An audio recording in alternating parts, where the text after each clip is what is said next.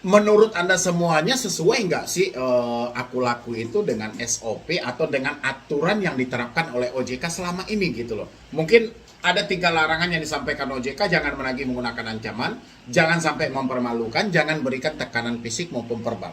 Aku laku gimana kira-kira? Apakah mereka sudah sesuai dengan SOP atau belum? Isi di dalam kolom komentar. Habis itu pinjol yang juga saya rasa itu seakan-akan tidak tersentuh oleh OJK, yaitu Shopee. Ya, dari es pinjamnya sampai pay letternya.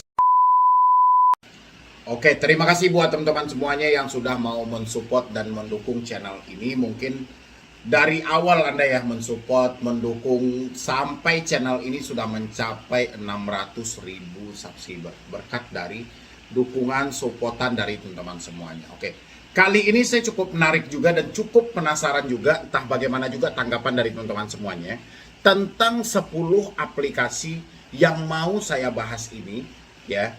Ini seakan-akan 10 aplikasi ini dilindungi oleh OJK.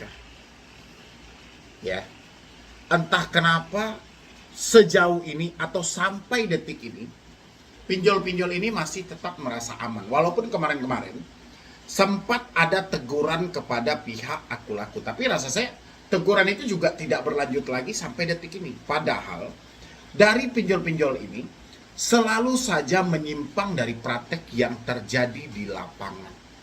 Ya, ini saya mau jelaskan buat teman-teman semuanya dan bantu juga saya dengan menulis juga di kolom komentar apa yang sedang Anda rasakan ketika Anda sudah meminjam di 10 pinjol yang mau saya sebutkan ini. Tapi seperti biasa, yang belum mensupport channel ini boleh disupport dulu, yang belum mendukung boleh didukung dulu. Karena satu supportan dan dukungan dari Anda itu menjadikan channel ini luar biasa gitu loh. Paling tidak video saya bisa direkomendasikan oleh YouTube kepada orang-orang yang benar-benar tepat, benar-benar pas. Karena saya yakin di luar sana masih banyak atau masih ada orang-orang yang belum mengetahui channel Solusi Hutang MB. Ya, makanya saya butuh buat teman-teman semuanya bantu saya support dan share juga channel ini supaya saya bisa menjangkau lebih luas lagi saudara-saudara kita yang ada di luar sana yang belum mengetahui YouTube ini. Silahkan dulu. Oke, terima kasih banyak buat teman-teman semuanya yang sudah mau mensupport dan mendukung. Memang ada 10 aplikasi pinjol. Saya rasa 10 aplikasi ini sedang dilindungi atau memang berlindung di balik otoritas jasa keuangan. Itu bagaimana sih konsepnya, saya juga bingung gitu loh. Yang paling pertama soal aku laku. Siapa yang tidak kenal dengan aku laku? Ya, mungkin ini adalah pinjol raksasa, pinjol yang besar. Selain dia bermain dengan P2P lending, mereka juga ada pay letternya. Dan mereka juga ada aplikasi di bawahnya lagi seperti dana cicil misalnya gitu. Habis itu asetku. Asetku kan juga produk dari aku lakunya.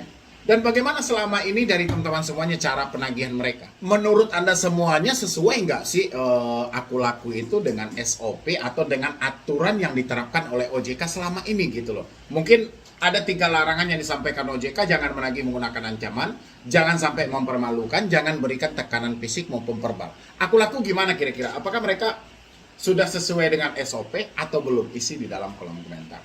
Habis itu pinjol yang juga saya rasa itu seakan-akan tidak tersentuh oleh OJK, yaitu Shopee.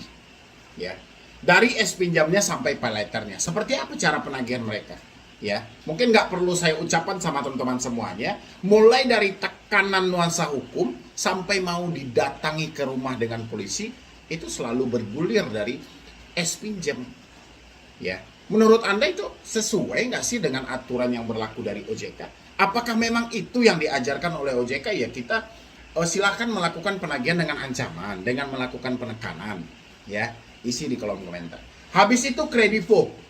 Ya, baru kemarin-kemarin kasusnya viral tentang kredivo. Habis itu kredivo langsung klarifikasi bahwasannya yang viral itu bukan dari debt collector mereka, tapi ya mungkin ya oknum atau apa gitu yang ngaku-ngaku sebagai kredivonya sendiri gitu loh. Padahal dari sesi penagihannya seperti apa? Apakah kredivo yang setara dengan aku laku, sekelas dengan Shopee, penagihannya sesuai dengan SOP? Apakah mereka memang mengutamakan kalau misalnya kita tidak mampu bayar, habis itu kita disupport gitu loh. Bagaimana orang yang tidak mampu bayar ini jadi mampu bayar. Orang yang semulanya ekonominya macet, malah bisa lancar lagi, bisa dia fokus kerja lagi. Seperti apa sih Kredivo gitu loh. Saya rasa sampai detik ini OJK pun tidak menyentuh soal Kredivo. Apalagi ke kredit pintar. Ya, sama kita tahu, ancaman buta, ancaman sampah selalu masuk.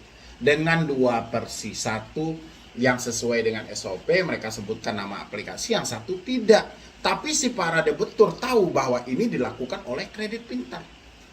Pernah nggak itu dilakukan proses oleh OJK? Pernah nggak OJK melakukan penyelidikan tentang aplikasi kredit pintar? Atau OJK beranggapan, wah kredit pintar sudah baik-baik saja, kredit pintar nggak ada masalah gitu loh. Seperti itukah? Dan bagaimana juga yang teman-teman semuanya rasakan tentang kredit pintar? Habis itu rupiah cepat. Betapa ganasnya debt collector-nya dalam melakukan penagihan.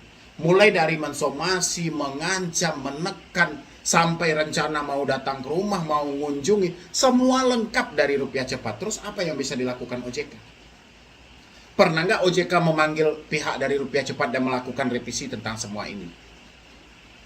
Dan teman-teman semuanya yang terjebak di rupiah cepat seperti apa per hari ini? Boleh isi di dalam kolom komentar.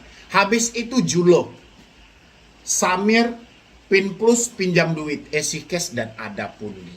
Ya. Ini saya rasa 10 pinjol yang selalu bermasalah, yang sangat viral juga di tengah masyarakat. Umumnya orang-orang pasti tahu dengan 10 pinjol ini. Ya. Kenapa OJK tidak pernah melakukan penyelidikan terhadap 10 pinjol yang saya sebutkan ini? Seakan-akan ini dilindungi, walaupun mereka melakukan kesalahan, si debitur atau masyarakat menemukan kesalahan mereka di lapangan, OJK seakan-akan diam.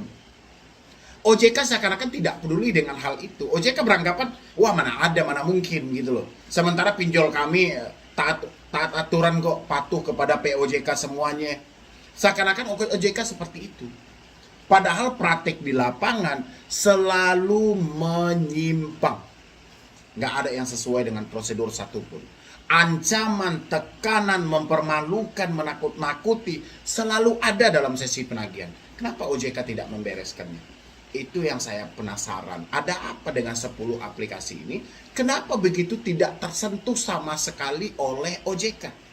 Kita nggak berharap 10 pinjol ini diblokir, tapi paling tidak OJK mampu untuk merevisi sistem mereka supaya benar-benar baik dan dirasakan bermanfaat oleh masyarakat. Setuju apa tidak teman-teman semuanya? Dan teman-teman juga boleh berikan saya gambarannya, mana tahu di luar dari 10 aplikasi yang saya sampaikan teman-teman ada lagi tambahannya. Silahkan isi di dalam kolom komentar seperti apa mereka.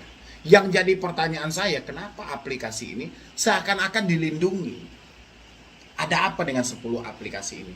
Kenapa tidak tersentuh?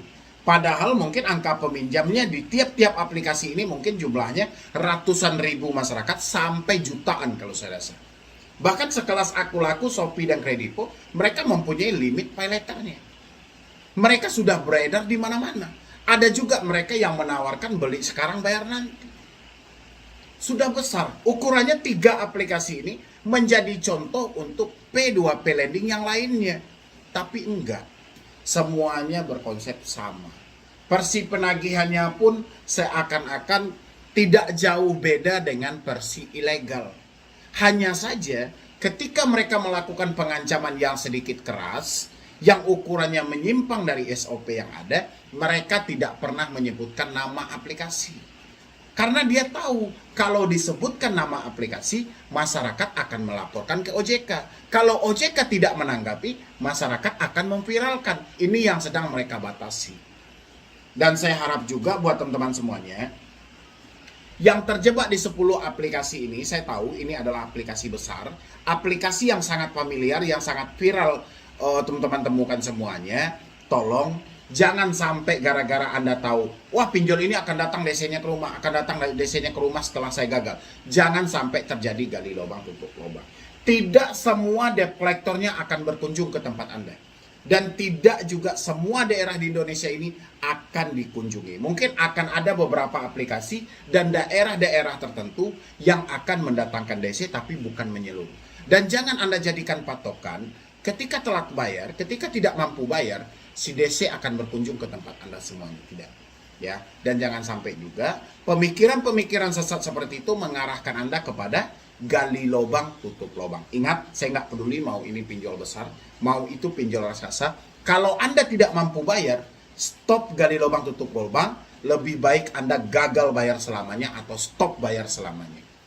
Ya. Dan Anda tinggal simpan aja. Kalau ada mereka melakukan penagihan-penagihan yang menyimpang, tidak sesuai dengan aturan yang berlaku, simpan buktinya, berhenti bayar aplikasinya.